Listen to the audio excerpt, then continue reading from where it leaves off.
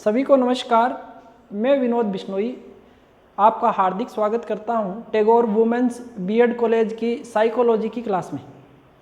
जैसा कि मैंने आपके सामने लिखा हुआ है, शिक्षा मनोविज्ञान। हम शिक्षा मनोविज्ञान विषय को लेकर चर्चा करेंगे। सबसे पहले तो मैं चर्चा करना चाहूँगा कि इसका महत्व क्या है हमारे लिए, एक विद्यार्थी के लिए। शिक्षा मनोविज्ञान की अगर मैं बात करूं तो ये बीएड का तो प्रमुख विषय रहेगा ही, बीएड में तो हमारे काम आता ही है। इसके बाद में अगर हम देखें तो ये एमएड में भी काम आएगा।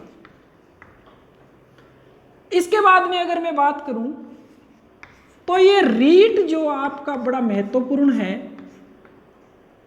उसमें भी काम आता है, और रीट में इसके 30 प्रश्न जो हैं मनोविज्ञान से संबंधित आते हैं, जिसको हम बाल विकास और शिक्षा शास्त्र के नाम से भी पढ़ते हैं।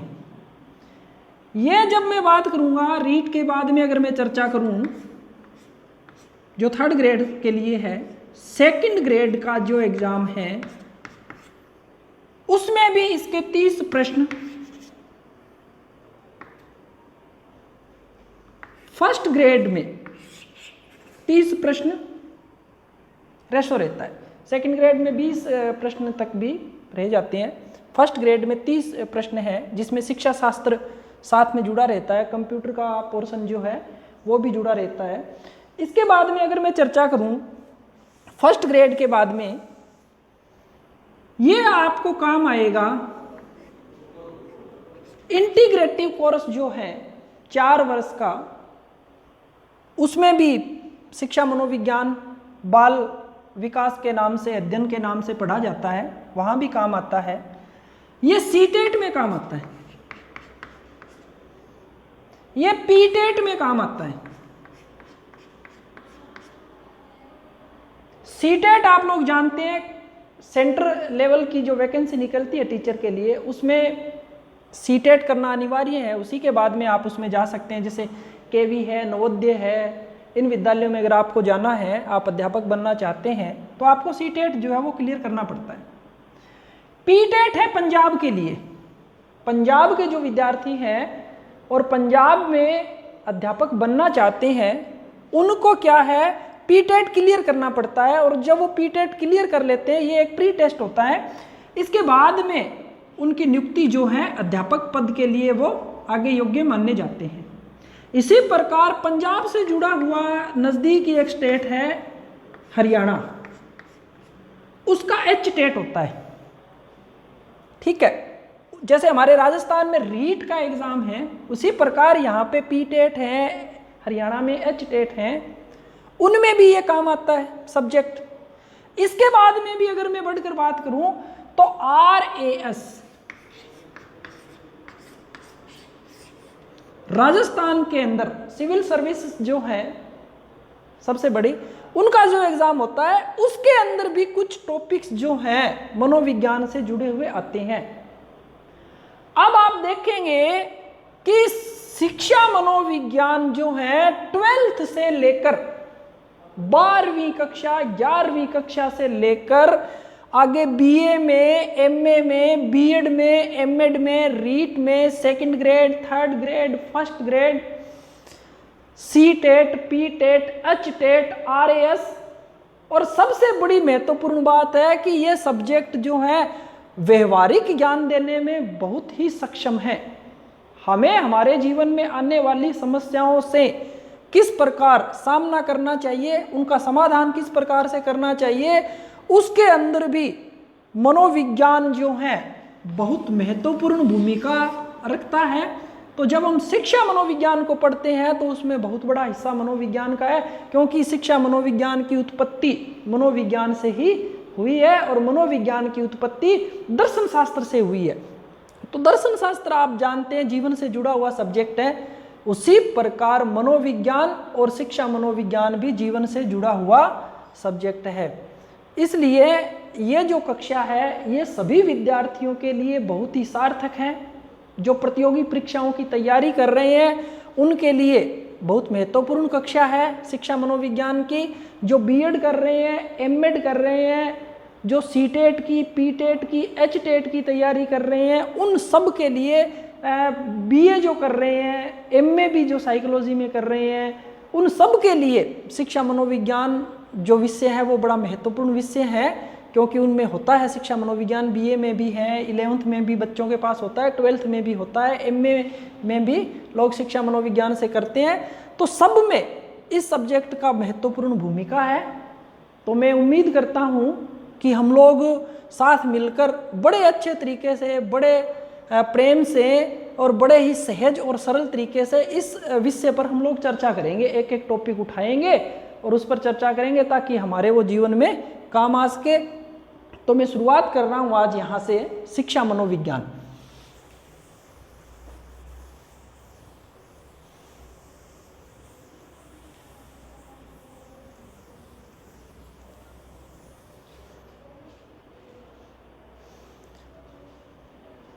सर्वप्रथम दर्शन शास्त्र,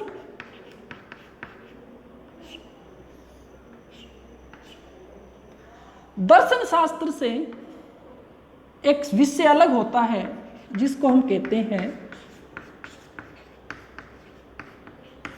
मनोविज्ञान, और मनोविज्ञान से ही शिक्षा मनोविज्ञान।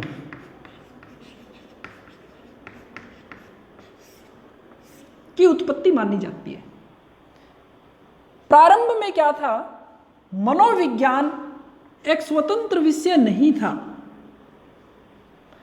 मनोविज्ञान को दर्शन शास्त्र की एक शाखा के रूप में, एक ब्रांच के रूप में पढ़ा जाता था।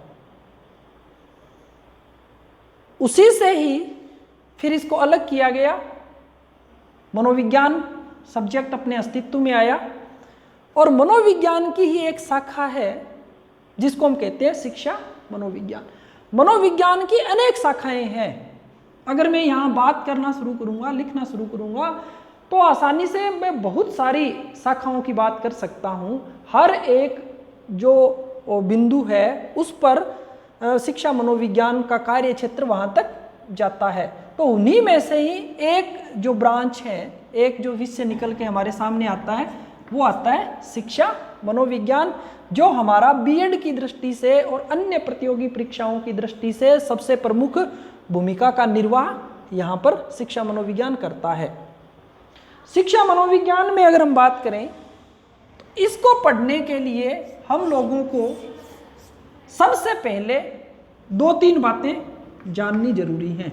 जैसे इसका नाम ही क्या है, शिक्षा मनोविज्ञान।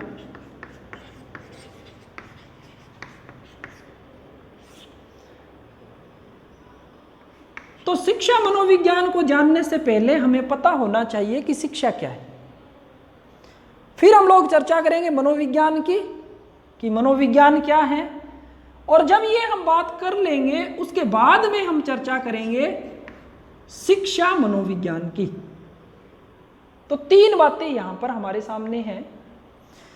शिक्षा मनोविज्ञान को पढ़ने के लिए सबसे पहले हम शिक्षा के बारे में जानकारी प्राप्त करेंगे, फिर हम मनोविज्ञान पे चर्चा करेंगे कि मनोविज्ञान क्या है, और फिर हम शिक्षा मनोविज्ञान की बात करेंगे। यहां अगर मैं बात करूं, सबसे पहले शिक्षा शब्द,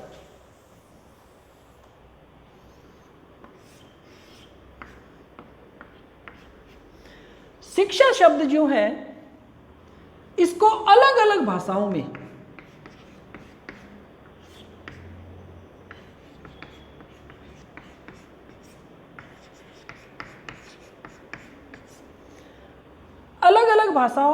अलग अलग नामों से इसको जाना जाता है, अलग अलग प्रकार से इसका अर्थ लिया जाता है। जैसे हमारी देव भाषा जिसको हम कहते हैं संस्कृत, तो संस्कृत में अगर हम बात करें तो एक शब्द है जो मैंने आपके सामने लिखा था, शिक्षा। इस शिक्षा शब्द की उत्पत्ति संस्कृत भाषा में शिक्ष धातु से मानी जाती है। और शिक्ष धातु का अर्थ अगर हम बात करें तो लिया जाता है सीखना व सिखाना। सीखना व सिखाना।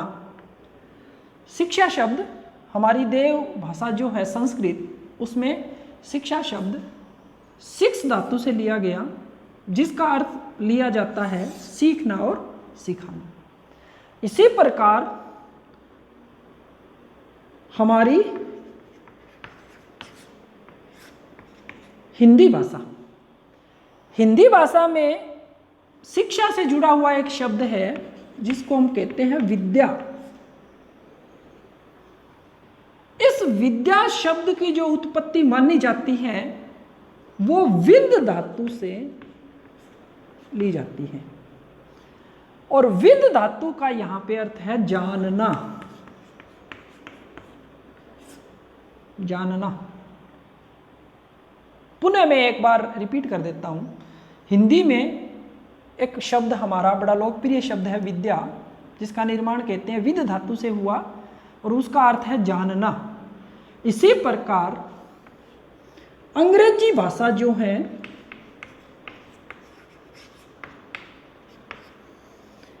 अंग्रेजी भाषा में एक शब्द है शिक्षा के लिए यूज करते हैं,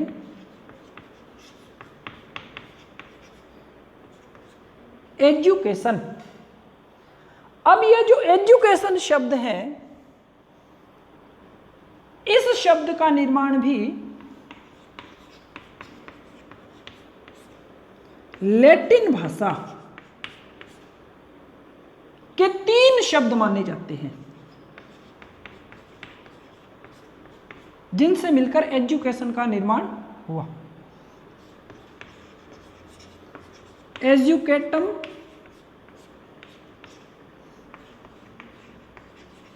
एजुकेयर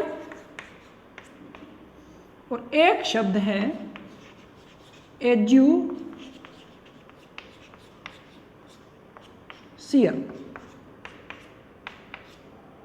एजुकेटम विकसित करना,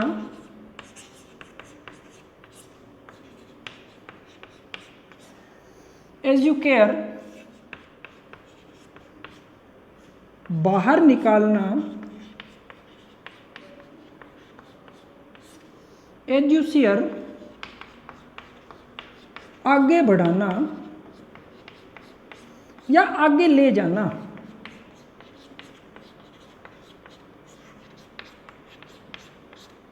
ले जाना। मैं पुनः चर्चा कर रहा हूं एक बार। जैसा कि हम लोगों ने देखा, शिक्षा शब्द जो है अलग अलग भाषाओं में अलग अलग इनका अर्थ लगाया जाता है। संस्कृत में शिक्षा शब्द शिक्ष धातु से बना, सीखना और सिखाना। हिंदी में विद्या शब्द विद धातु से बना, जिसका अर्थ था जानना। उसी प्रकार अंग्रेजी के अंदर एजुकेशन शब्द, जिसका निर्माण भी लैटिन भाषा के 3 शब्दों से मिलकर हुआ, एजुकेटम, एजुकेयर, एजुसियर। एजुकेटम विकसित करना, एजुकेयर बाहर निकालना, एजुसियर आगे बढ़ाना, ये 3 इसके अर्थ लिए जाते हैं। अब अगर हम इसको ध्यान से देखें और समझने का प्रयास करें तो मुख्य रूप से शिक्षा क्या है? शिक्षा सीखना और सिखाने से जुड़ी हुई है। शिक्षा स्वयं को जानना और दूसरों को जानना से जुड़ी हुई है।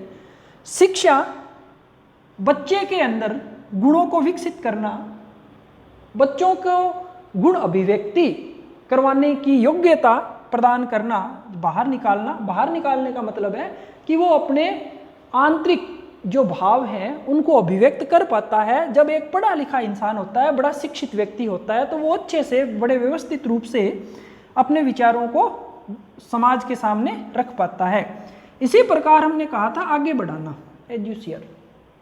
आगे बढ़ाने का मतलब यहाँ ये था कि जो शिक्षित व्यक्ति है वो अपने जीवन में सामंजस्य स्थापित करते हुए प्रत्येक क्षेत्र में आगे बढ़ सकता है, अपने आंतरिक गुणों का विकास वो कर सकता है, या हम कहें कि हम शिक्षा के माध्यम से बच्चे का संपूर्ण विकास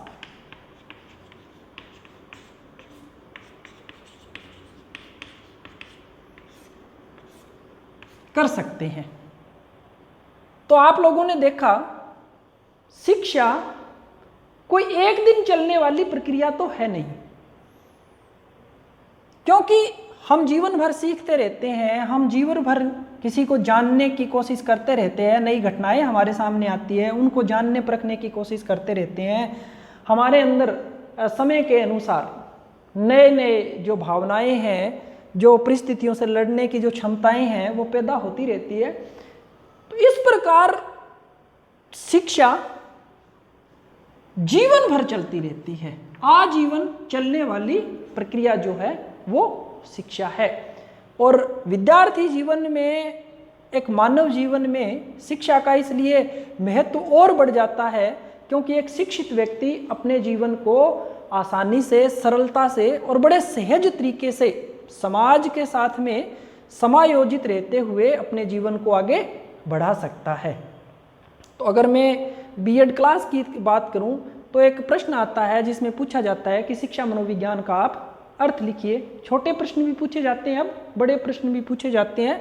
तो आप शिक्षा का अर्थ से संबंधित अगर आप बात करेंगे तो आप उसमें ये लिख सकते हैं कि शिक्ष धातु से था, विद्या शब्द विद धातु से था, एजुकेशन शब्द इनसे निकलकर बना। तो बड़ा अच्छा प्रभाव पड़ता है, कॉपी जांच जो करता है और उनको पता चल जाता है कि हाँ, विद्यार्थी जो हैं उसको कुछ हल्का फुल्का नॉलेज जरूर है। अब मैं बात करूं शिक्षा शब्द को लेकर तो हमने चर्चा की, लेकिन शिक्षा पर अनेक विद्वानों ने, एक बार आप इसका स्क्रीनशॉट भी ले सकते हैं, मैं साइड में हो जाता हूं। हाँ जी, तो मैं बात कर रहा था कि अनेक विद्वानों ने अनेक प्रकार से शिक्षा को अपने अपने लहजे से बताने की कोशिश की है कि शिक्षा क्या है। अगर मैं बात करूं सर्वप्रथम महात्मा गांधी की, विवेकानंद की, अरस्तु की, प्लेटो की, टैगोर की, तो इसमें बहुत सारे हमें अच्छे अच्छे शब्द मिलते हैं। अगर हम सबसे पहले, और एक बड़ी अच्छी परिभाषा है स्वामी विवेकानंद के अनुसार अगर हम चर्चा करें तो स्वामी जो विवेकानंद जी हैं उन्होंने क्या कहा था,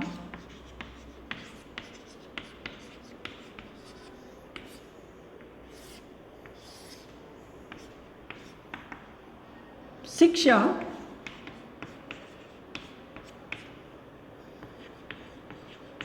पूर्व निहित पूर्णता को अभिव्यक्त करना है। अब आप देखेंगे तो स्वामी विवेकानंद जी ने अपनी इस परिभाषा में संपूर्ण शिक्षा को व्याख्यात कर दिया है, शिक्षा का संपूर्ण अर्थ इसमें समावेशित कर दिया है। ये कहते हैं कि शिक्षा पूर्व निहित पूर्णता को अभिव्यक्त करना है।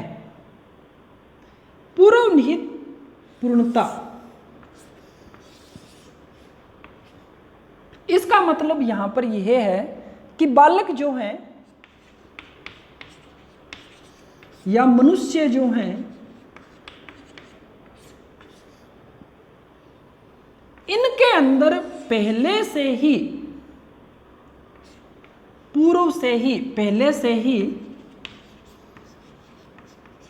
ज्ञान विद्यमान है। यानी ये अनजान नहीं है, इनको नॉलेज है पहले से।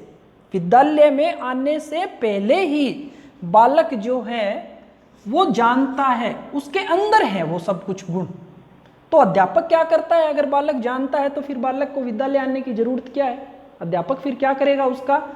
तो स्वामी विवेकानंद जी ये कहते हैं कि बालक में गुण तो पहले से निहित हैं,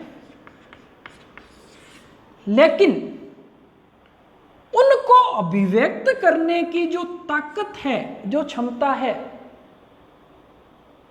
वो प्रदान करती है शिक्षा। और वो गुण बाहर निकालने का जो प्रयास करते हैं, उनको चहुमुखी विकास अगर हम कहें बालक का करने की जो प्रयास करते हैं, वो करते हैं अध्यापक।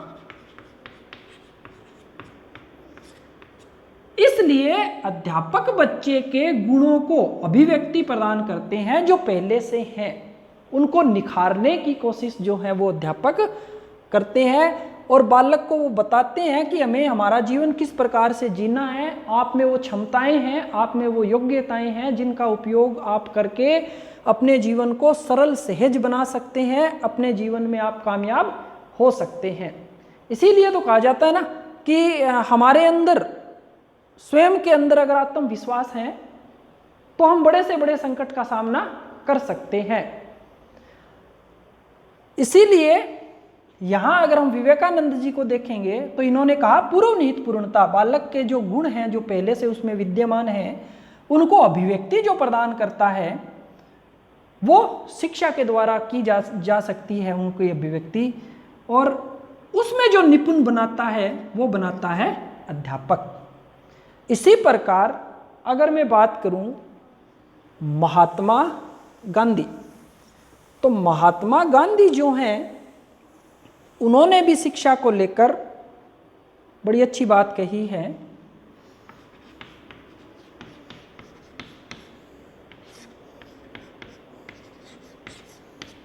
महात्मा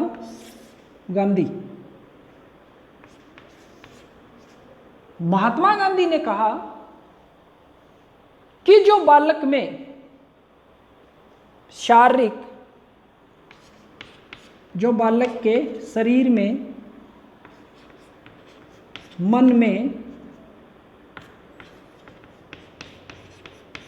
और आत्मा में जो गुण विद्यमान हैं,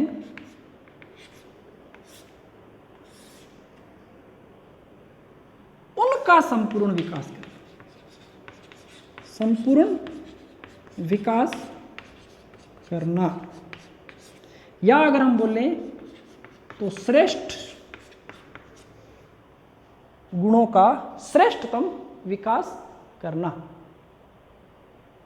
तो आपने देखा कि महात्मा गांधी जो हैं वो भी यही कहते हैं कि शरीर, मन, आत्मा के अंदर जो सर्वोच्च गुण विद्यमान है, उन गुणों का जो विकास करेगा, सर्वश्रेष्ठ गुणों का जो विकास करेगा वो शिक्षा है, और शिक्षा के माध्यम से उन गुणों का विकास किया जा सकता है।